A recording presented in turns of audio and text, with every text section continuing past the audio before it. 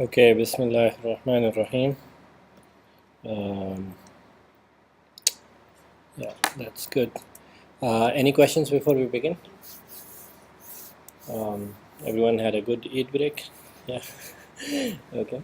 Um, there will be a quiz tomorrow, inshallah, and that quiz will not cover camera models. It will be on 2D and 3D primitives and transformations. Okay, so make sure you prepare that part well. You can't drink juice in class. I mean, you have to go out and do this. So that quiz will be on 2D and 3D camera models, 2D and 3D spaces and transformations. Okay, and we'll have a quiz inshallah next week on camera models after the weekend. All right. Any other administrative issue before we start? Okay, so let me summarize. We were talking about camera calibration in the last lecture before the break. Um, let me just summarize camera calibration. In camera calibration, we said that if you are given a set of world points, okay, that's these. Let me try to see if I can get this to work. Okay, so you're given a set of world points, which are these points here, x, y, z, 1, and their corresponding image points, which are these points here in P2. Okay, so if you are given that, then you know that the camera is a 3x4 matrix, so you can solve for the camera, and that part is called calibration.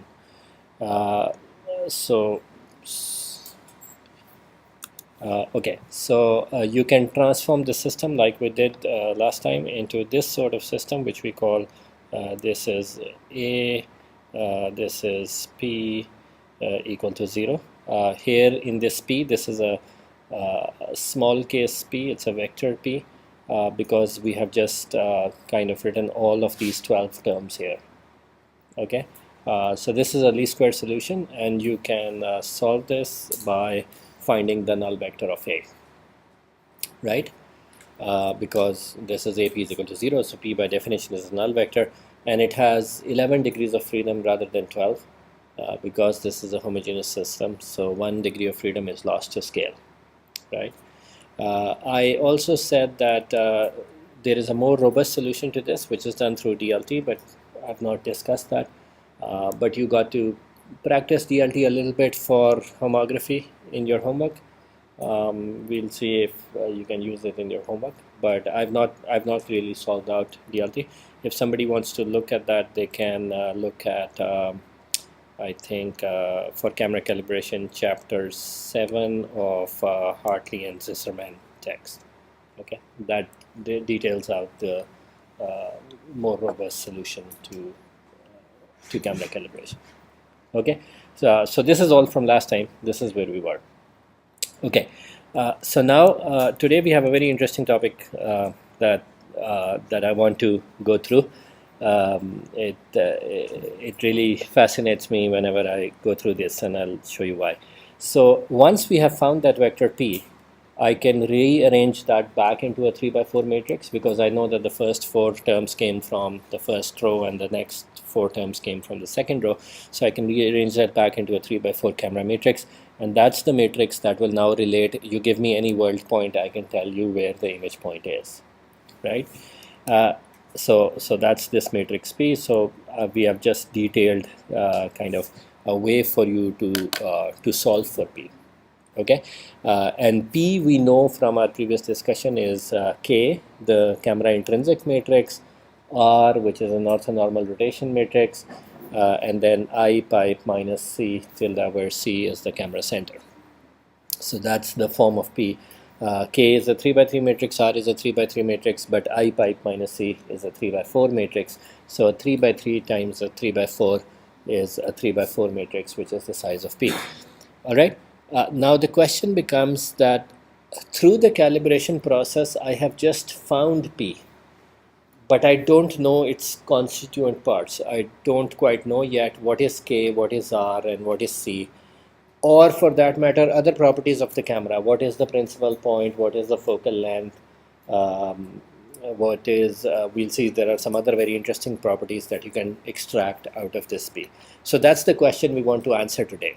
Okay, we have a experimental procedure to find for P. Given you give me some correspondence between world points and image points, I have a procedure from which I can find P. Once I have P, how do I analyze the camera? How do I understand the properties of the camera from those 12 terms that I found in P? All right, everyone understands the question that I'm posing today? Okay, so how can I find camera rotation, translation, intrinsic parameters, and other things about the camera? Okay, now note that P has 12 terms, but it really has 11 degrees of freedom. So 11 of those terms can be picked independently. That's true for any matrix that comes, any vector that comes as a solution to a homogeneous system.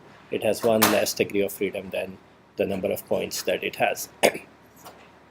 Okay, so the reason I said this topic fascinates me is just this simple thing that, okay, we have these 12 numbers here that we have found experimentally. You can take a picture from your phone, from your phone camera, find some correspondence points between the world points and the image points, and come up with these terms. Now we are going to extract the different things out of this, and my fascination here is that how many things will we extract out of just 12 numbers that we have here. And we are not going to do, excuse me, can you please stop talking? Yeah, अपना phone भी रख दें please, आप आगे आ जाएं तो बेहतर होगा. It just disturbs the class, right? Okay, so I'm saying there are 12 numbers here. We are going to extract a lot of different things out of it, which will be different properties of the camera. All right, so first let's solve for the extrinsic and the intrinsic parameters of the camera. Okay, so first thing I'll do is I'll solve for camera center C. I want to extract C out of this P matrix. Okay, the P represents a camera. So the question I'm asking is, where is that camera? What's the translation with respect to the world origin of this camera? Now, who fixed the world origin?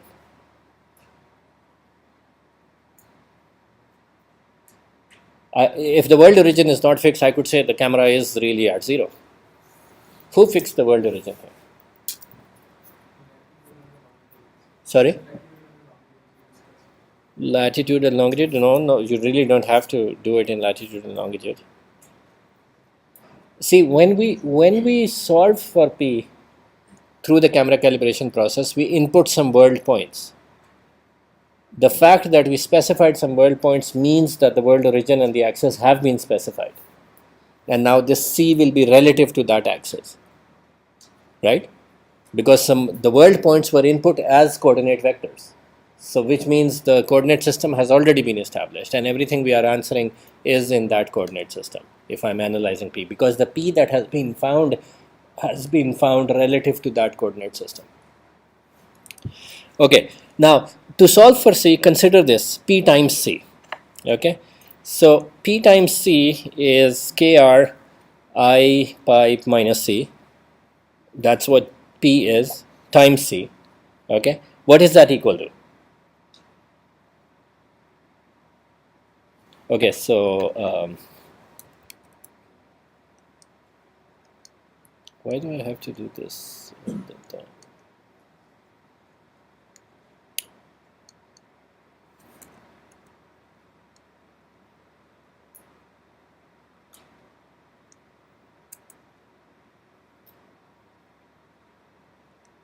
Okay, so this is going to be equal to KR times, what is I? I is here 100010001, right? Times minus C, so let me call that minus C1, minus C2, minus C3, or I could have called it minus Cx, Cy, Cz, okay? Multiply, so that's what P is, that whole thing, multiply by C, which is a 4 vector. Now I notice I didn't put the tilde on it because I need a 4 vector here to write it in P3, which is C1, C2, C3, and 1. So what will the result be equal to? Well, you put this here on the first row, so you'll get C1, then 0, 0, and then minus C1. Okay, so you'll get the first term will be C1 minus C1. The second term will be, this one will multiply by C2, so the second term will be C2 minus C2, and the third term will be C3 minus C3, which is equal to 0, 0, 0. Okay, and yes, indeed, I should get a 3 vector as output because I'm getting an image point as output, and that point comes out to be 0, 0, 0. Agreed? So I just observe that P times C is 0, 0, 0. What does that tell me about C? C is the null space. C is the null vector of P, the right null vector of P. Okay, which is easy to find. Okay, you can do SVD and find the vector corresponding to the smallest singular value. So the camera center C is the null vector of P. Also note one other interesting thing about this. What is PC? Well, what is P times any point X? That's the image of point X, right? Because you have applied the camera onto that world point, so it's the image. So PC is really the image of the camera center, right? Is this any concern that this came out to be 0, 0, 0 in the P2 space? What is 0, 0, 0 in the P2 space? A point at infinity? It's an undefined point. It's not a point at infinity. Points in infinity at P2 space are well defined. There's no ambiguity about them.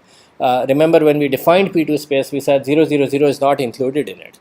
So when we so one other thing that I can observe from here, even though my first observation is what I was really after, PC is 0, 0, 0, which means C is the null vector of P. But the other thing that I can observe from here is that the camera center cannot be imaged.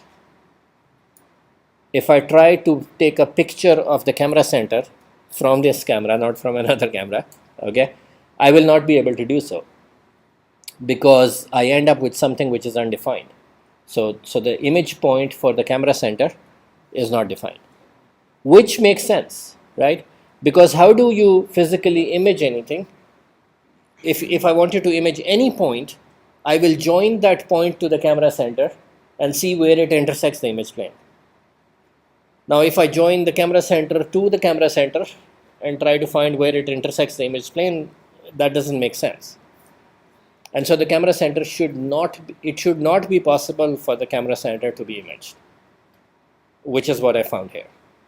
The camera center is undefined indeed. The image of the, not the camera center, the image of the camera center is undefined indeed. Okay, which is good.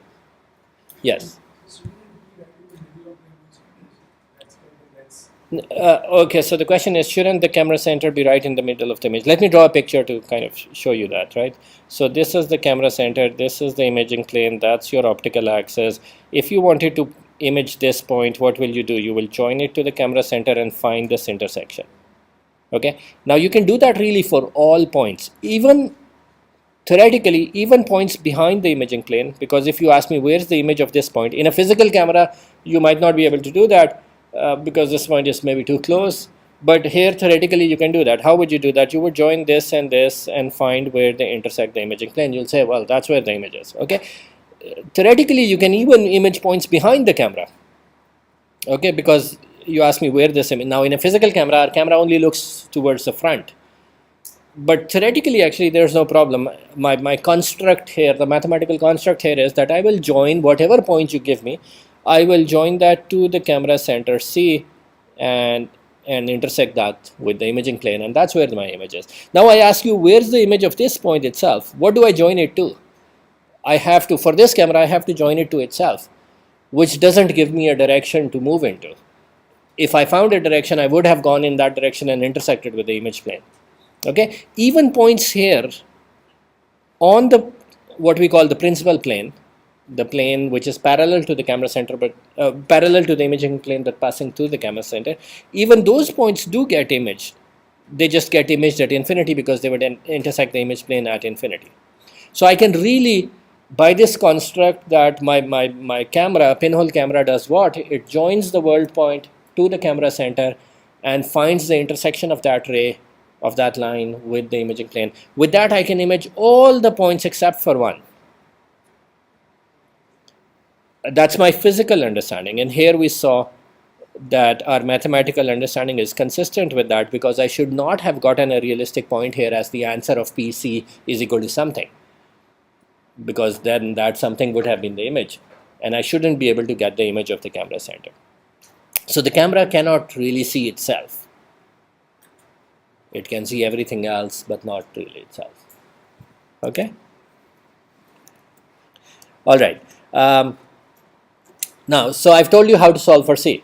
How do you solve for K and R? K is the intrinsic matrix, R is the orthonormal matrix, which depicts the rotation of the camera with respect to the world axis. Okay, so now note that P is KR pipe minus KR C tilde. Okay, I just took the KR inside the bracket, so KR multiplies by the identity 3 by 3 block, so that becomes just KR, and then it multiplies by the vector C, so that's what I've written here, KR C tilde. Okay, hence the first 3 by 3 block of P, let me call that M. Okay, so the first 3 by 3 block of P, which I'm calling M, is actually KR. Okay, so the P that I got from my calibration experiment was a 3 by 4 matrix, and now I know that the first 3 by 3 block actually depicts the multiplication of K with R. Okay, so I just need a way to take that 3 by 3 block and break it into a valid K and a valid R. Okay, sorry? K is the intrinsic matrix. It's the matrix which is yeah, I need to find out a better way to always turn on my pen. Okay, so remember, K is MXF 0, X0, 0, MXY, Y0, and then 0, 0, 1. Okay, that's your intrinsic matrix K, where F is the focal length, mx is the scale factor that converts that focal length into pixels, pixel units. This would be my, sorry, and this would be f. Apologies for that. So my is the scale factor along the y-axis that converts into pixels. F is the focal length. X0 and Y0 is the principal point in pixel coordinates. If they were not in pixel coordinates, I would have written it px and py. Now I'm writing it x0 and y0. So that's what K is. Okay, and R is a rotation matrix, a 3 by 3 rotation matrix. Okay, so the question that I have now is just simply this, that I'm given an M from my experiment of calibration. I want to break it into a valid K and an R. Okay, this is a decomposition problem, matrix decomposition problem. Okay, but I know something about K and R. What do I know about R? R is an orthonormal matrix. Okay, so I want to break into an A and a B where B must be orthonormal with determinant of +1. Okay, and what about K? What do I know about K? Well, K is a special type of matrix which we mentioned briefly in the tutorial. It's an upper triangular matrix. The terms in the lower triangle are all 0. So K is an upper triangular matrix. Okay, so I want some decomposition which I give a 3 by 3 matrix. It will break it into an upper triangular matrix multiplied by an orthonormal matrix. Fortunately, there exists a decomposition like that. It's called so K is an upper triangular matrix, R is an orthonormal matrix, and this particular decomposition which gives something like that is called RQ decomposition, where R is an upper triangular matrix and Q is a orthonormal matrix. So you can take any 3 by 3 matrix, apply RQ decomposition in it, and it will give you an upper triangular matrix times an orthonormal matrix. So there just exists math to do that. We don't have to worry about it. Okay. In MATLAB, you have a function which is the opposite of this. It's called QR decomposition, which is an orthonormal time in an upper triangle. But then there is a routine I can give you which takes QR decomposition and converts converts it into a function that can solve for RQ decomposition. Okay, just by taking appropriate transposes and so on. Okay, so this decomposition is already available. We don't have to worry about it. No, yeah, you can look at the code for this or look up in linear algebra text for this, but we'll just use it as a package. We have it from linear algebra available. Yes. So why is this decomposition unique? Why do we get two answers for this decomposition? Okay, so good question. Is this decomposition unique or not? Well, actually no, because there are some non-uniquenesses here. So number one, that the orthonormal matrix that this decomposition gives you can actually have a determinant of -1. The decomposition doesn't ensure that it always has a determinant of +1. So you will have to check for that. Just, there are at least two solutions there. Okay. The scale gets fixed because one of the matrices, okay, so if the determinant is -1, you can switch the two columns and you'll get the minus sign removed. And then you can put an additional minus sign along the diagonal of the k and then give that as the decomposition. So multiply k with a negative sign and switch the two columns of R, and then you have a valid decomposition. So there are at least two solutions. But since R is an orthonormal matrix, 2 times R cannot be there. So the scale of the matrix does get fixed by the decomposition itself. Okay. All right.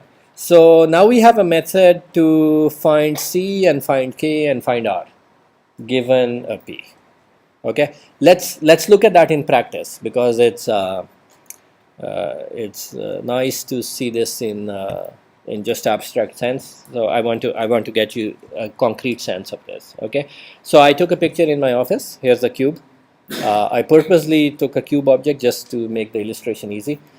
So that it's easy for me to, but you can recognize, right? You are looking towards the PDC building here from the SSC building. Okay, so that's my calibration target. I took one picture from a camera, and I want to use this picture to calibrate my camera. Okay, all right. So this is my setup, just so that you know what I was doing. So I put a camera here on a tripod. This was the object. I put a scale here just so that later I can verify world measurements that are coming from my measurements if I wanted to. But that's it. It's just a normal picture from a camera. Okay, nothing really special that I ensured here. Okay, all right. So what do I need to do first to be able to calibrate this camera? Find the P matrix. But yes, to be able to do that, what do I need to do first?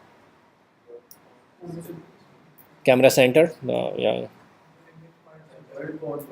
I need to establish the world coordinate system so that I can get some world points, and then I can find their corresponding image points. So that's the first thing I need to do. Okay, so I selected some world points on the cube.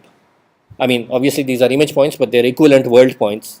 I selected them. I'm going to use these points. Okay, so the first thing is that I select which points I'm going to use. Okay, then I established a coordinate system in the world. This is X, Y, and Z. I ensured that it's a right-handed system. Okay. Once I have my X, Y's, and Z's, notice these are orthogonal axes in the world. They are not orthogonal in my image, but they are orthogonal in the world. Okay. So now I can measure those world points. So I'm going to write the vertices of the cube, and I will write them in the same order that I'm going to later write the image points, because there has to be a one-to-one correspondence between them. Okay. So I wrote a lot of these world points. The first one is 0, 0, 0 because it was at the origin. The next one is that one cube that I have, the one small bit of the cube that I have. I call that 1, 0, 0 in the direction of the x-axis, and then 2, 0, 0 and 3, 0, 0. Notice I'm not making any particular. I'm using the way to describe these coordinates which is convenient for me. I did not really measure how much it was in centimeters so far. I just wrote them like this. And I enumerated all those red dots that I had selected as image points. And they are written in the same order that I would write the image points, so that there is a one-to-one correspondence between them. Okay, so the cube has 3 of these elements, so you see that numbers are going from 0 to 3. Okay, all right. Then I said it would be nice to have this camera calibrated in real world units. So I took another picture from the same camera. I did not change the zoom or anything, because if I change the zoom, then the calibration would change. Well, here it doesn't matter because I'm not going to use this image. I'm just using the camera as a measurement device here. So I put my scale with the cube and I took a picture and I realized that the cube is about 57 millimeter high. That means wherever I'm writing 3 in this coordinates, that's actually 57 millimeters. So each of these is 57 divided by 3, which is, so each one is equivalent to 19 millimeter here. Okay, so I just took that matrix and multiplied it by 19 to get all these numbers in millimeters. Now this is easy rather than first doing all these measurements by your scale and saying, because I took a cube object, the cube I know is made of equal bits, and so I just wrote it as a standardized coordinate system and then I multiplied by 19. Okay, so I got these numbers. So these are my world points, cap x. Of course, I would append a 1 under them because I want them in P4 when I'm doing my mathematics, but these are my world points. Okay, and note that I have 11 degrees of freedom here. I have 12 unknowns, 11 degrees of freedom. So I really need just 6 points to solve because each point gives me 2 equations. But I took a lot more. And that's a good idea. If you want to fit a line, it's not always a good idea to just take 2 points, or use as many points as you have. And so I took more points to do this. Okay? All right. Is that clear? What am I doing here? Okay. So now I got my vertices on the cube in an established 3D coordinate system, which is actually has the origin here and has the x, y, and z axis going according to the sides of the cube. And then I also measured their image coordinates. Okay, how did I do that? I just clicked on these red dots and found what pixel values they have in x and y. Okay, so now I have correspondences. I have the small x's and the large x's, all of them. So I can just find the solution. I set up that matrix A, which I showed you, the long matrix, which has 12 columns in it, and it has twice the number of rows of your number of points. So I set up that matrix A and I found its null vector. Just a note of caution here. So I found the right null vector. You will also do this in your homework, so make sure you are following this. The next homework after this is due. Okay. So I set up the matrix A. I found its right null vector through SVD. Just a note of caution. I could have found the null vector by saying null of A, but that doesn't work really well. Why?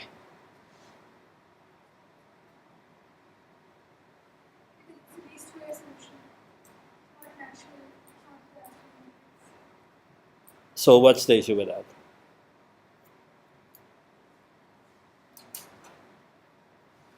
So the thing is that this matrix is not going to be a perfectly rank 11 matrix, which is what it is supposed to be. It has to have a nullity of 1, which means there are 12 columns and the nullity is 1. The null space is 1-dimensional, so the rank should be 11, right? If the world points and the image points were perfectly ideal, with no noise in them, they were perfect, then indeed it should have been of rank 11 with a null space of 1. But whatever you are doing here is coming from measurements. You measured these things, and measurements are never perfect. Okay, so if you ask MATLAB to find the null space by saying null of A, MATLAB might say that this is a full rank matrix and there is no null space to this. It is full rank because of the noise that has been added to your points. Okay, this always happens in all sorts of problems where you are doing real measurements. Okay, ideally it should have been, it should have a null space of 1 dimensions, but it doesn't now. So that's why I'm saying you solve it through SVD. Even when you do SVD, you don't get a singular value of 0, which you should have if the null space was 1-dimensional. But you just look for the singular value, which is the smallest, and you say that must be the closest approximation to the null vector that I wanted to get. Yes. Okay.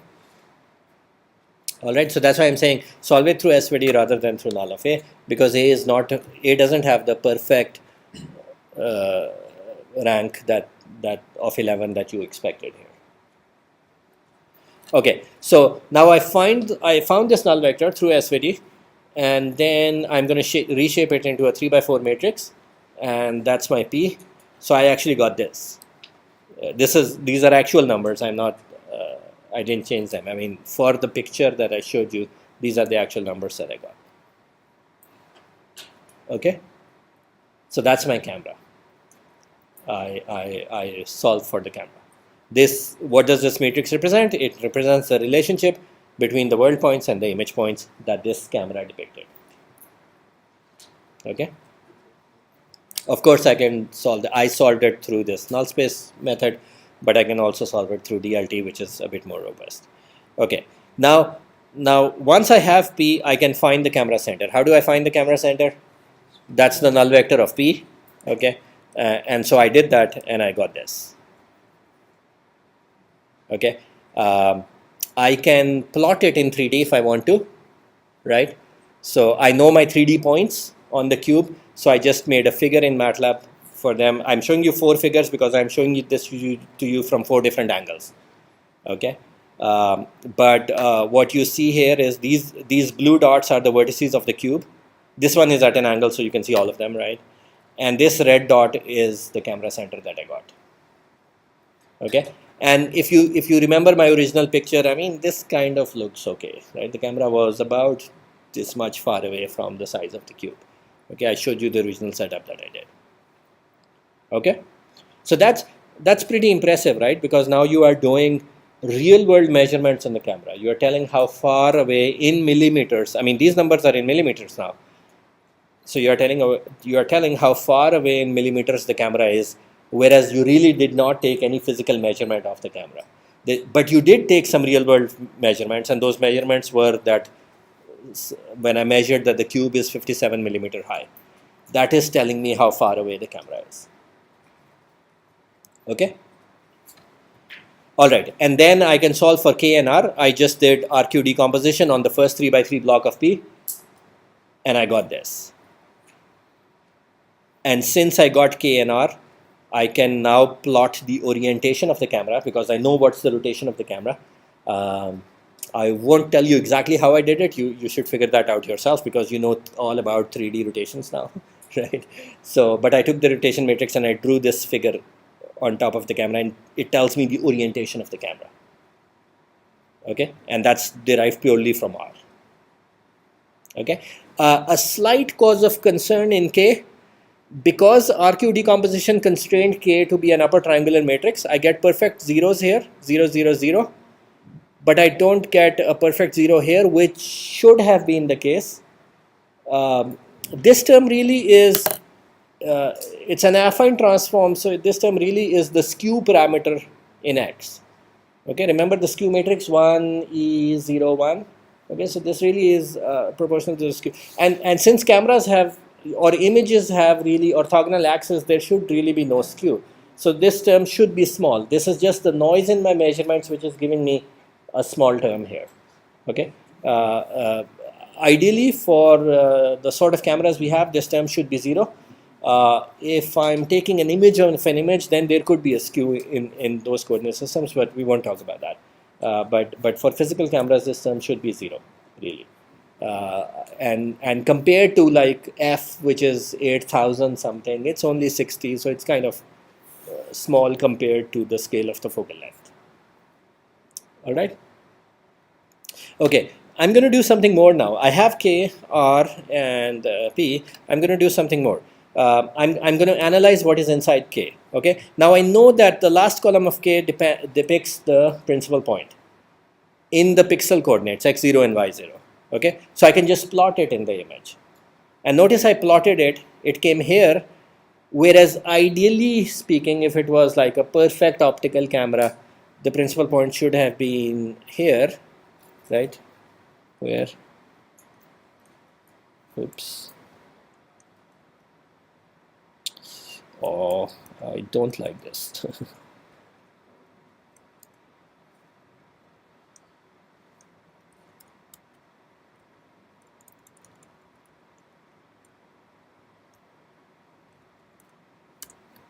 Okay, so this is where I found the principal point to be. I calculated it from my matrix, and ideally for a perfect camera, this should have been here. so there are two reasons it's not here. One is actually the optical imperfections in the camera, because it's actually pretty hard to construct a lens which will exactly hit the optical ray at the center. And second, I do have some noise in my measurements. I wasn't very careful in doing those measurements perfectly. So I didn't get it exactly, but it's satisfying to see that it's somewhere close to the center. Okay. What does this point depict? This is where the optical ray hits, the optical axis hits the image film. Okay. That's the principal point. What level of noise is acceptable? If this looks too noisy to you, you can say, oh, I need to take better measurements. So it depends on the application. Yes. But I'm quite happy with this result. It's not, the principal point is off anyways, even if there was no noise at all. There are many different techniques in calibration to mitigate the impact of noise. You can take more points, you can do some filtering on them. There are several techniques that people propose. There are several methods for calibration, some of them being more prone to noise and some less prone to noise.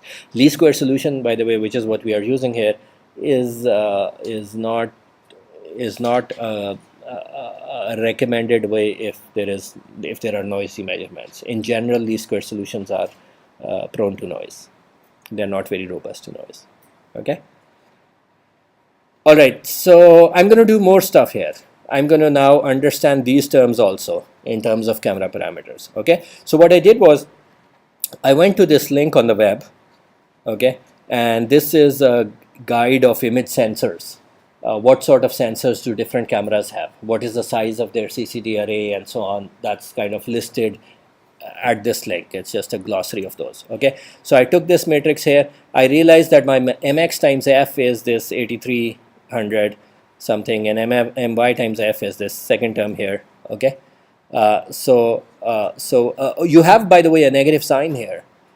And that's okay because the image is formed upside down, so having a negative sign with f is not something that I would be terribly concerned about. Okay, but that's my mx times f, and that's my my times f.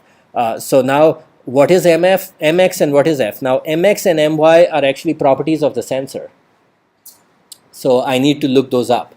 So what I did was I said my image was taken by a Canon 600D camera. Okay, so I looked up online and I found that it uses APS-C format CMOS sensor. Okay, I found that from this link, and then APS-C format CMOS sensor has standard dimensions. Okay, so I found out that the sensor is 23.6 millimeter width by 15.7 millimeter height. Okay, I found that out, and since I knew that my image size is this much, so I divided the pixels by the millimeter to get the size of one pixel. Okay, and so that's I get 220 pixels per millimeter and 219 pixels per millimeter in the x and y directions. It's actually pretty close to a square pixel because you don't get much of a difference between them. In fact, this amount of difference can just be purely because of noise in my measurements. It's actually quite impressive that they are within a millimeter of each other, within a pixel of each other. Okay, but then since I know mx and my now, I can say what is f, so I can divide by mx here and divide by my here, and I get actually two readings of f, where f is really one number, but I get one reading by measuring f in the x direction and one reading by measuring f in the y direction, which is okay. I can, I don't know, maybe average them out and say, well, that looks like my f. Okay, because there are really x measurements and there are y measurements. Well, sorry, x measurements and y measurements. Okay, and so f is computed by both those measurements. Okay, and I actually tried to verify this. So I got somewhere around 38 millimeter as my focal length, and the camera EXIF data. When you take a picture, the camera actually records the focal length in EXIF file. It's part of your image file. So I looked that up for this picture, and they were saying your lens was set as 37 millimeter when you took the picture. So I'm not that far off. I'm like a millimeter off from what the camera was reporting, and for all I know, the camera might be reporting incorrectly. The camera manufacturers, by the way, are not. These are consumer grade cameras. They are not made for computer vision practitioners, so they are not terribly focused on, they're more concerned about what colors they get and how good the image comes out. They're not terribly focused about getting the measurements correct. There are some camera manufacturers that make cameras particularly for machine vision applications, and then they are more concerned about these things. But I think Canon 600D, they wouldn't be that much. Okay. What I also did was, these are two vectors, so I can find the dot product between them and I can find the angle between them. If this term here was 0, then the angle would have been perfectly 90 degrees between the x-axis and the y-axis. But since this is not 0, I used just the dot product. Cosine of theta is equal to the dot product of these two vectors to find what is the angle between the x and the y-axis that I'm getting. And it comes out to be 90.45 degrees, where it really should be 90 degrees. And that's part of the noise that I had in my measurements. Okay, so it's really, I'm like dissecting the camera now and I got a lot of measurements out of my camera now. Okay, but this doesn't stop here. That's why I'm saying it's a fascinating topic, because I can do more. Okay, so now that I know P, okay, what I can do is I have my world points with me. Those were the points that I started off with, those measurements in 19 millimeter and 57 millimeter and so on. I have my world coordinates. So I can apply P to those points and I will get them into the image. Well, I had image points to begin with that I had marked before. Okay, so the image points are here marked in red, and the world points projected into the image, I can do that now because I have found a P. Okay, and so they are marked in blue. And you notice that there are some errors here, and that's because the original marking was not perfect. Okay, but they are in close agreement, so had they not been, we would have been concerned.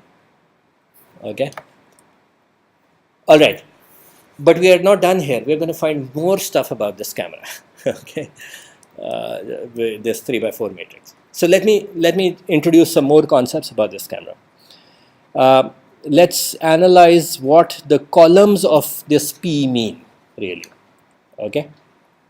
By the way, let me summarize. What have I found? I found the camera center. I found the camera rotation. I found the intrinsic matrix. From the intrinsic matrix, I found the focal length. I found the principal point. Okay. And I was able to use all these to back project the world points back into the image, just to verify that my calibration is not like drastically off, and it isn't, because those points, the blue points that I showed, came close to the red points. All right, but I'm going to find more stuff about this camera. Okay, so consider what the columns of this matrix P mean. Okay, so let me label each of these columns as Pi, small pi, where this is a column, right? So I'm writing it as a small case letter, because this is a 3 vector, so it's a point in P2 space, right? Remember my convention. If I'm writing about a 3-dimensional point, yani a point in 3 space, I write it as a capital letter, and if I write a point in P2 space, I write it as a small letter. Okay, so this is what I mean. The first column is called P1, the second column is called P2, the third column is called P3, and the fourth column is called P4. I just named them like this, and I'm writing them because they are 3 vectors, so they are points in P2 space, really. Okay, so consider this. Consider the point at infinity along the world x-axis. Okay, remember my cube? So the cube has an x-axis going somewhere. Okay, go infinitely far away in the world, not in the image. Go infinitely far away in the world along that direction. Okay, now how can I write that point? My claim is I can write it as 1, 0, 0, 0. How come? Because 1, 0, 0 is the x-axis, and I added the last 0 to say it's at infinity. This is a pretty standard trick that we will do. 1, 0, 0 now represents a direction, and the last 0 means it's infinitely far away. Okay, so now consider this point. This point is the point infinitely far away in the x-axis direction, in the world x-axis direction. I'm going to take its picture. I'm going to image this point. How do I image something? I multiply by P. P times this thing. Okay, so where will be the image of D? The image of D will be at PD. Okay, so the image of D will be at PD, but PD, D is 1 0 0. So if I multiply by 1 0 0 here, 1 0 0 0 here, that means this column gets multiplied by 0, this column gets multiplied by 0, this column gets multiplied by 0, this column gets multiplied by 1. So PD is simply P1. Okay, what does that tell me? That tells me that the first column of P, this gives me an interpretation of the first column of P. The first column of P is really the image of the point at infinity along the x-axis direction. Okay. Now remember, in your homework, you had this problem. You had the heart, and I said, assume x-axis along this direction, and tell me where the point at infinity is in the image. And you were able to compute that. Now, if you were able to compute that, you were hopefully right. You just geometrically or by intersection with the horizon line and so on, you were able to compute in image coordinates. Just put that as the first column, and your P matrix will have that first column up to a scale factor. Okay. And so what about the second column of P? The second column of P will be selected if I put 0 1 0 0 here, because I want to eliminate all other columns, so there are zeros, and this one will be a 1, so 0 1 0 0, which is really the point at infinity in the y-axis direction. So the second column of P is the image of point at infinity along the y-axis, the world y-axis. The third column of P is the image of the point at infinity along the world z-axis. This is pretty neat, right? Because just by looking at P, you can tell the direction of the x, y, and z axis in the world if you know where the world origin is. What about the last column of P? The last column of P will be selected if I put 0 0 0 1 here. And what is 0 0 0 1 in the world? It's the origin of the world coordinate system. So the fourth column of P is nothing but the image of the world origin. Okay. All right. So that's actually pretty incredible, right? Because I have my P here. Okay. So what I can do is I can take the first column, and I have to convert it into a point. I have to normalize this, right? Because it's not the correct scale factor. I can't draw this in an image. But once I normalize this, I make the last value 1, I get the other two numbers. Okay, so this is really the point, the image of the point at infinity in the x-axis direction, the world x-axis direction. So now I can plot it in the image. Just by looking at P, I can plot this point in the image, and well, it comes out to be here for my image. Okay, does that make sense? Does that look like a good does that look like a good point in the world x-axis direction? Well, notice that the world x-axis is running in this direction, right? So I have to intersect this with the horizon line. I don't know the horizon line yet, but if I knew it, this line will be intersected with the horizon line, and I've now found that point directly because I knew P. I found that point directly. What's the significance of this point? Let me try to get you some sense of that. So let's say there were equally spaced, like you see these squares here. There were equally spaced features in the world, right? Let's say this was a road and there were poles here, light poles here. Okay, so and the light poles are equally spaced because they were measured in the world to be equally spaced. Okay, so what would happen is that maybe you will see a light pole here, and then the other one is here. And then the next one in the image will appear a bit closer, right? Because they're getting closer and closer, and the next one will get a bit closer, right? That's how you see in drawings or pictures, things get closer even though they're equally spaced in the world. Well, by the time you reach this point, they will be infinitesimally close. Okay? Because that's about as far in that direction as you can go in the image. I mean, in the world, you can go about at infinity, and in the image it will not go any further than this. All right. All right, I can do the same thing here. Take the second column. This is the image of the world point in the y-axis direction, the infinitely far away world point in the y-axis direction. I'll again normalize this. I normalized it, divided by this last term, so I got this. And now I can plot it. By the way, this thing that you have to divide by the last term to get this, I have quiz 1 here. Almost everyone forgot to do that, right? Don't, because yes, projective mathematics is nice, but in the end you have to plot something in the image. So I asked for the intersection of lines in the R2 space. You can't leave your answer in P2 space and not normalize by the last term. Okay. All right, so I can plot this, and actually that comes out to be here. So this is the image of the world point in the y-axis direction, which is really this direction of the cube.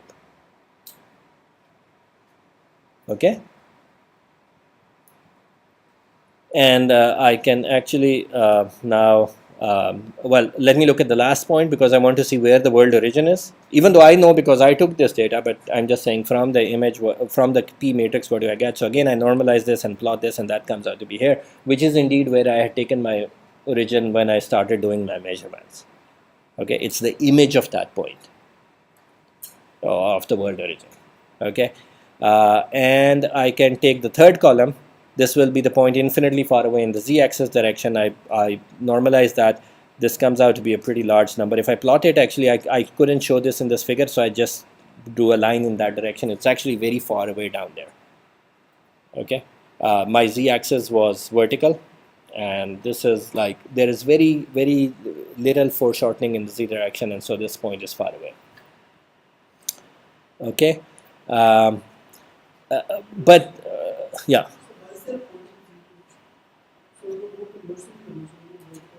So it's infinitely far away.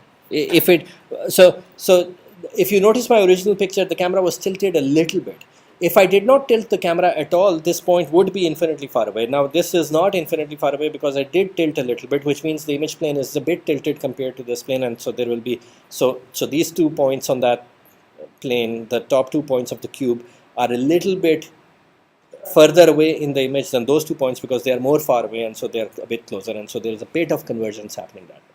Okay, but if I really wanted to be careful and I exactly put the camera like the camera optical axis is parallel to the tabletop here, then I would have gotten those as perfectly parallel lines. In my image, they are not.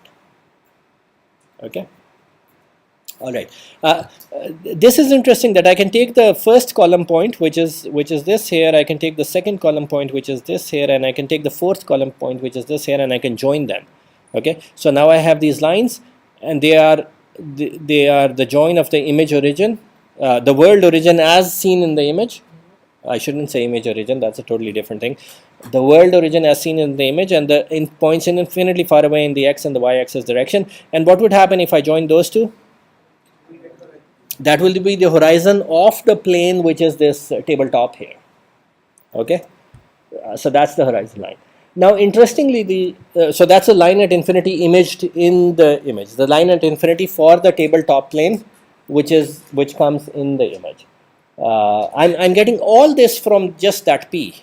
I'm not using any other information. This is how powerful this P is. It contains an amazing amount of information.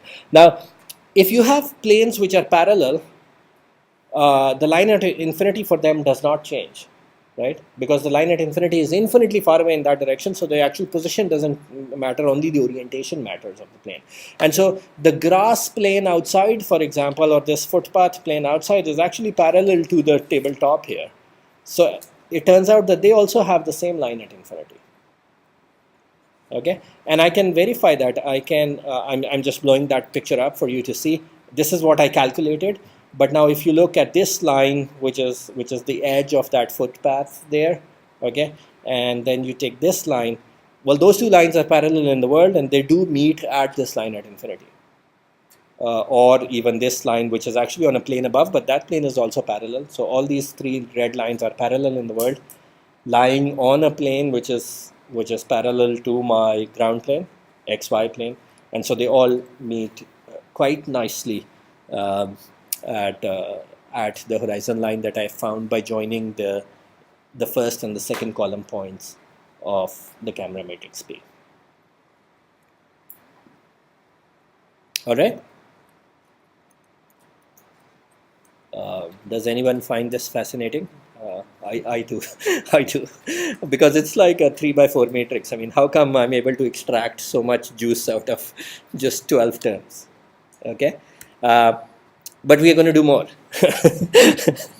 Okay, so I talked about columns of P. So now you could ask me, what about rows of P? What do they signify? Okay. Now the rows of P, so the columns of P were 3 vectors, which means they are in P2 space. The rows of P are 4 vectors, which means they are in P3 space, right? Because vectors in P3 space are have length of 4. Okay, so the row vectors are 4 vectors which can be interpreted as planes because a plane has 4 parameters. Okay, so I'm going to call them. That's why I'm using a cap P here. And instead of a subscript, I'm going to use a superscript of 1, which means the first row, okay, and the second row and the third row. Because each plane vector is actually a column vector, so I'm using a transpose sign because it's appearing as a row here. Okay, so I'm going to call P1 P cap P superscript 1 transpose is the first row of P. P superscript 2 transpose is the second row of P. And P superscript 3 transpose is third row of P. Is the notation clear? The notation that I'm using?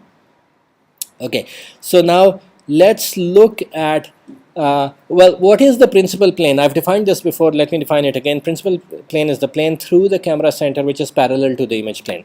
In a picture, this is the image, that's the camera center, the black dot here is the camera center, so this is the image plane which is F in front of the camera center. And so this gray plane is the principal plane. Okay, it's a plane parallel to the imaging plane, but it passes through the we have seen this before in one of the previous lectures. Okay, so now the set of points X on the principal plane, all those gray points, the gray plane that I have, my claim is that they will be imaged on the line at infinity of the image plane. Okay, is that obvious? Where will points on the principal plane be? Okay, I'm getting good at this of selecting the point there. Okay, where will this image be? Let's say of this point. It's a point on that gray plane. How do I find the image point? I join the point that I'm given to the camera center and intersect, so that becomes this line, and I intersect that with the imaging plane. Well, since this line is parallel to the imaging plane, it will meet the imaging plane at infinity. Right? Let me say that again. Since this line is necessarily parallel, because the plane was parallel, so since this red line that I have drawn is necessarily parallel to the imaging plane, so where will it cut the imaging plane? Which will be the image point? Well, it will cut it at infinity. And so I'm saying the set of all points X, I can write a small all here, the set of all points X on the principal plane will be imaged on the line at infinity of the imaging plane. All right, agreed? Which means what? Which means that if I image a point X on the principal plane, the answer should be something like X, Y, and 0.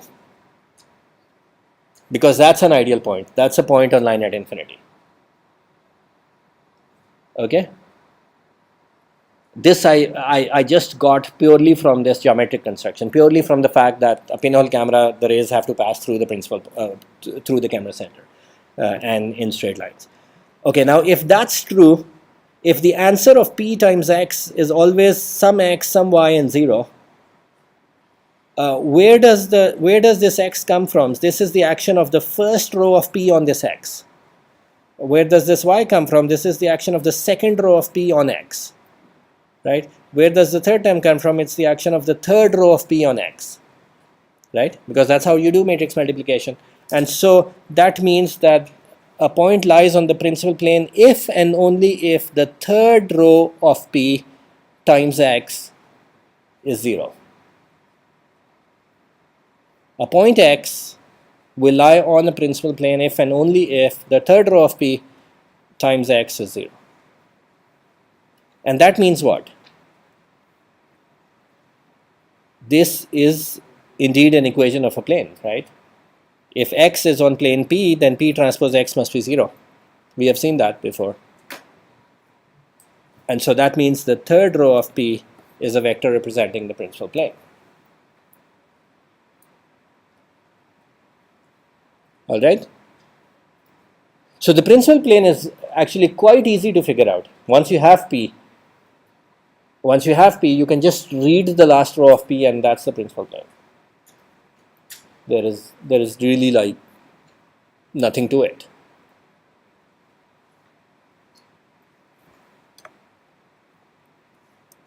Also, you can verify that the camera center C lies on P3.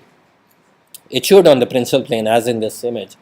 Well, the camera center C is that thing where the whole matrix P times C is 0, 0, 0. So indeed, the last row is 0. And so C is on the principal plane. Okay, it's just one special point on the principal plane. Yeah. Why is this principal plane very important? Because it gives me the plane in the world, which I don't know yet. I just put a camera on my desk and I took a picture. And now it gives me the equation of that plane, which is the plane passing through the camera center, right? And that plane will be tilted because the camera was tilted. It's a plane parallel to the imaging plane. So if you are interested in finding the imaging plane, we'll see how we find the optical axis, and you can go f units along the optical axis, and it will still be the same plane. So by knowing the principal plane, you know the orientation of the imaging plane itself, because the imaging plane and the principal plane are in the same orientation. In fact, the normal of this plane is your optical axis of the camera, right? So it's a pretty significant plane as far as cameras go, and you can read it from the third row. Yeah. What is the line at infinity of image plane and the horizon? Two totally different things. Okay, the question is, what's the difference between the line at infinity of the imaging plane and the horizon? The line at infinity of the image. So see this configuration. The line at infinity of the imaging plane is the line at infinity of this plane. The line at the horizon is the line at infinity of this plane. These are two different planes, right? In fact, the horizon is not just the line at infinity of this plane, it's the image of the line at infinity of this plane. Whereas here I'm talking about the actual line at infinity of this plane. Right? Okay. Okay, so I'm given this matrix that I found before from my image of the cube. Okay, and so I'm just going to read the last row and I'm saying that is the principal plane. Okay, and now I know the principal plane, I can actually draw it. And I drew it and it came in this orientation. And notice when I took the picture, my camera was a little bit tilted. I see that here now. Okay. Any question on that? Okay, so what's the next question you are going to ask me?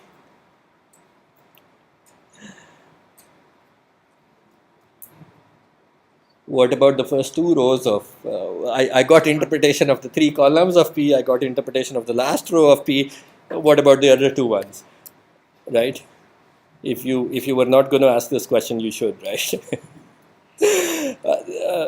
Okay, you can also verify. I also verified that C lies on the principal plane because I did P3 transpose times C. I mean this vector times C that I had found before, and I indeed got 0. It's something 10 to the minus 14, which is 0. So that tells me that C indeed is on the principal plane, which is what I expect it to be. Okay, so I'm going to continue with my dissection of the camera. I mean, like when you go to medical school, you have to do anatomy on humans. So that's what we are doing. We are doing anatomy on this matrix, right? We are finding different components of this matrix. So what about the other two columns of P? Well, they're not, honestly, they're not as exciting as the things I found so far. But they do have an interpretation. So just for the sake of completeness, I will do that interpretation. So consider the set of points X in P1. What is P1? I don't really know yet, but it's that plane which is defined by the first row of my matrix, right? The first row is 4 elements, so it must be some plane. Okay, so I'm trying to imagine that. Okay, so now the points that lie on that plane should have P1 transpose X is equal to 0, right? That's by definition the condition, the constraint for point lying on a plane. What does that mean? That means that if I take their picture, because P1 transpose X is 0, yani X times the first row is 0, then this element, when I multiply by the whole P, the first element must be 0 for all those points. The image of those points which lie on P1 plane would have the X coordinate as 0, and it will have some Y and Z coordinate. I mean some Y and W coordinate. That's where they will image. Which means what? Which means that they are points on the y-axis of the image, because what does this mean? The y-axis is that ray which has the x coordinate as 0 and then some other y coordinate. Okay, so the points on the the points on the plane represented by the first row of the camera matrix will actually be on the y-axis of the image. Okay, here I'm talking about y-axis of the image axis, not the world axis. So it's small y-axis. Okay. Also, C lies on P1. You can verify that because C lies on all three of those planes really.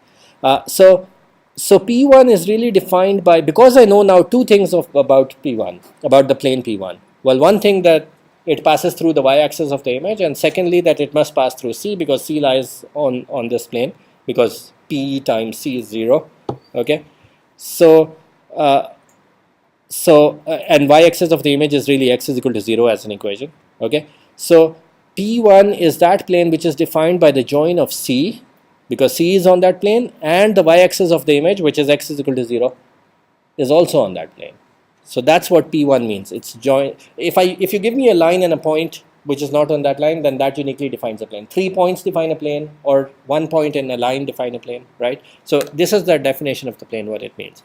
Similarly, P2, the second row, is defined by the join of C and the line y is equal to 0, which is really the x-axis of the image. As a picture, this is what it means.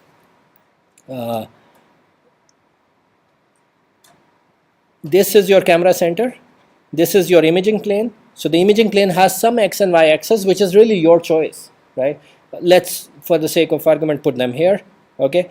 So if I take the x-axis, which is y is equal to 0, and I join that with that point, this gray plane is P2. Similarly, if I take the y-axis, which is x is equal to 0, and this point, so that plane will be something like this. Oops. It will be something like this plane. That's P1. Okay, we call these axis planes. Like I said, they're not that terribly important. Principal plane is very important. They're not that terribly important, but I'm just trying to complete the picture about the matrix here. Okay, so the axis planes actually are dependent on the choice of the image axis. If you change the image axis, these planes will change, but the principal plane will not. The principal plane is actually a fundamental property of the camera, regardless of how you are choosing the image axis. It does not depend on the image axis, but the axis plane actually also depend on the image axis. All of them, by the way, depend on the world axis, because that's the coordinate system we are working in. But the principal plane does not depend on the choice of the image axis. The intersections of planes P1 and P2, which is the first row and the second row, is the line joining the camera center to the image origin. That is, it is the back projection of the image origin. So let's see that. The intersection of P1 and P2 here, which is really this plane that I drew before, it will be this line which is joining to the camera center. Okay, so it's and it's passing through the origin, the image origin. So it's the back projection of the image origin really. Okay, because it joins the image origin to the camera center. So that's another observation, and it's not in general the optical axis, because it will be the optical axis if you choose the image origin at the principal point. But if you don't choose it, if you choose it somewhere else, then it's in general not the optical axis. Okay, and the camera center lies on all these three planes. So it's the point defined by the intersection of all these three planes.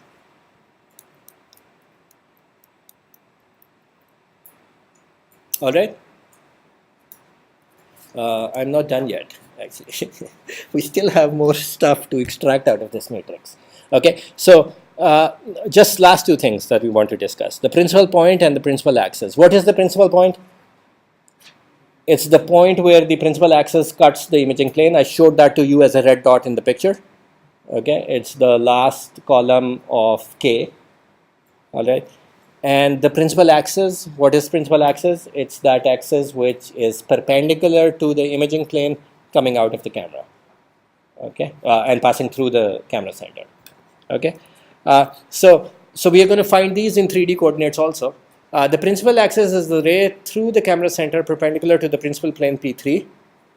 Okay, we found the principal plane, that's P3. So the principal axis is the ray perpendicular to it, which passes through the camera center, and it will intersect the imaging plane at the principal point. That's just the definition.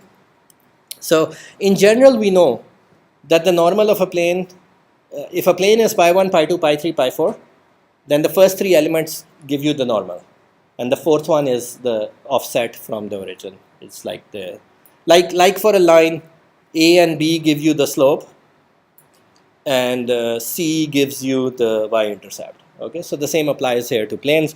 So the plane normal is pi 1, pi 2, pi 3, and pi 4 is kind of like the offset from the origin of that plane. Okay, so the plane normal is given by pi 1, pi 2, pi 3. So because I know the principal plane is the last row, so the normal of the principal plane will be given by the first three elements of the last row, which is P31, P32, P33. So that's really your principal axis. Okay. Now, if I want to find the principal point, I already actually know the principal point in the image. Okay, but I'm trying to find the principal point in its 3D coordinates. Where does that lie on the film in 3D coordinates? Okay, so again, I can do the trick that I did before. Actually, I didn't fully do this before, but this is actually a very interesting trick. If you want to find the point on the imaging plane of some direction, you can go in all I know is the direction. It could be here, it could be here, it could be here, it could be here, right? Because I just have a direction vector for the principal axis.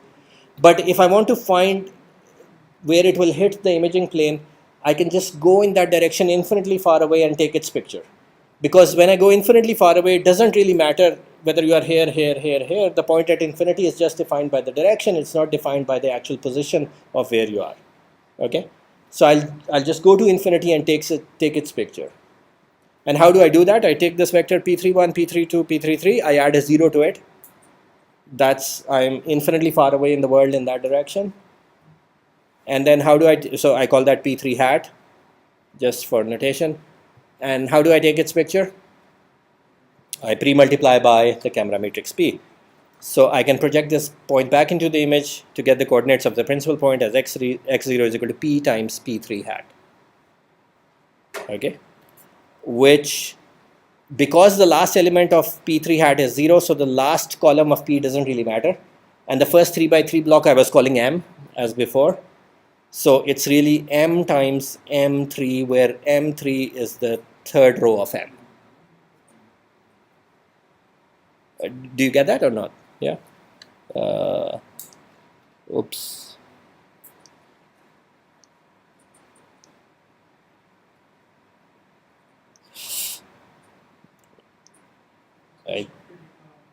Whoa, it's not working somehow. I tried many times, but I think because I have a full maximized screen with screen recording going on, somehow that's not working.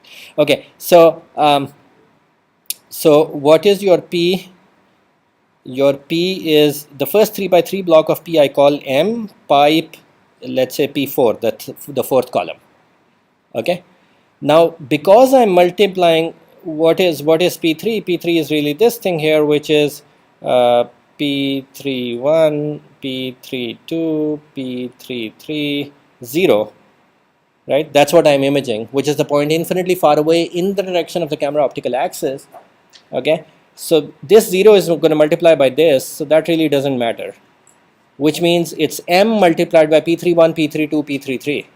And P31, P32, P33 is nothing but the last row of M, which I wrote as M3. Okay, so this is one shortcut way to write this as M3. Whatever that gives you, that will be the principal point.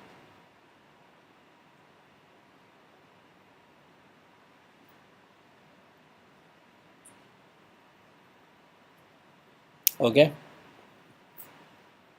All right, so here what I've drawn is I've drawn the camera center, I've drawn the imaging plane, I mean the principal plane, and I've drawn this axis now because I know which way the camera axis is going to go, the optical axis is going to go, because that's the third row. And so this completes my picture of my understanding of the camera. Somewhere focal length distance behind this or in front of this is the imaging plane. I didn't draw that, but I could have drawn it if I wanted to. Okay, so summary. This is my camera matrix. Okay, the first column of this camera matrix depicts a point. It depicts an image point because it's a 3 vector. It depicts an image point at infinity in the x-axis direction. Okay, the second column depicts an image point at infinity in the y-axis direction. The third point depicts an image point at infinity in the z-axis direction. Okay, where are the x, y, and z axes? Well, you specified them when you specified the world points which you use to compute this matrix through calibration anyways, right? So those are specified. What's the last point? The last point is the image of the world origin. The last column is the image of the world origin. What's the last row here? It's the principal plane. What's the second last row? It's the axis plane that is formed by the join of camera center and the image x-axis, which is y is equal to 0. What's the first row? It's the axis plane formed by the join of the camera center and the y-axis of the image, which is the line x is equal to 0. Okay. What's the first 3 elements here of the last row? They are the principal axis M3, which is the did I write that correctly? Okay. I already wrote the principal plane. Yes. So this is the principal plane, and these three, the first 3 elements are the normal of the principal plane. So that's the principal axis. Okay. How do I get the principal point? I can look at this M matrix and multiply that by the last 3 points, M3. So that will give me the principal point. This principal point, by the way, I think I said something incorrect just a while ago. The principal point is in 2D because it's a 3 vector. I could have gotten it by doing the QR decomposition of M and then looking at the last column of K, but I could get it directly by doing MM3. Okay, it's a point in 2 dimensions. How do I get the principal point in 3 dimensions? Well, I have to find where the optical axis cuts the principal plane if I want to get it in 3 dimensions. Okay, and how do I get K and R? I can take this 3 by 3 block and do RQ decomposition on it, and that will give me directly K and the rotation matrix R of the camera. And how do I find the camera center? I'll look at this whole matrix and find the right null vector of that, and that will be the camera center.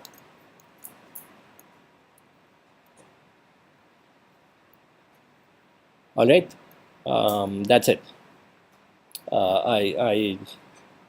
I can't find other stuff from this matrix. This is about enough. Okay. Any questions? All right. Just an announcement. The quiz tomorrow will be there will be a quiz tomorrow, inshallah, and that will not include the camera model part.